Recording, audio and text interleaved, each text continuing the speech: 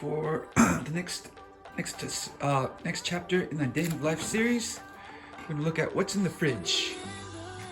So, vitamins we keep in there, some homemade oatmeal cookies, yogurt, cheesecake, and then some chicken in the back, and then more yogurt. It goes Lisa's tray, my tray, Lisa's tray, my tray, kind of my tray.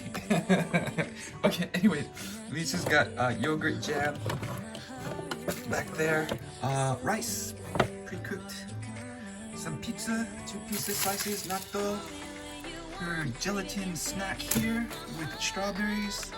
I'm not sure what that is over there. Then over here we got pineapples, lots of chickens, Coca-Cola, strawberries, soy milk, dog food, cup of coffee, keep it cold. I like cold coffee in the summer. Soda, bean sprouts, apples, and then over here we've got cottage cheese, coffee, some more 0-calorie sodas, lemon flavored Coca-Cola, very limited edition, protein drink, eggs, condiments back there. This is stuff that we drink soon, and this is all like stock, and that's in the top tray.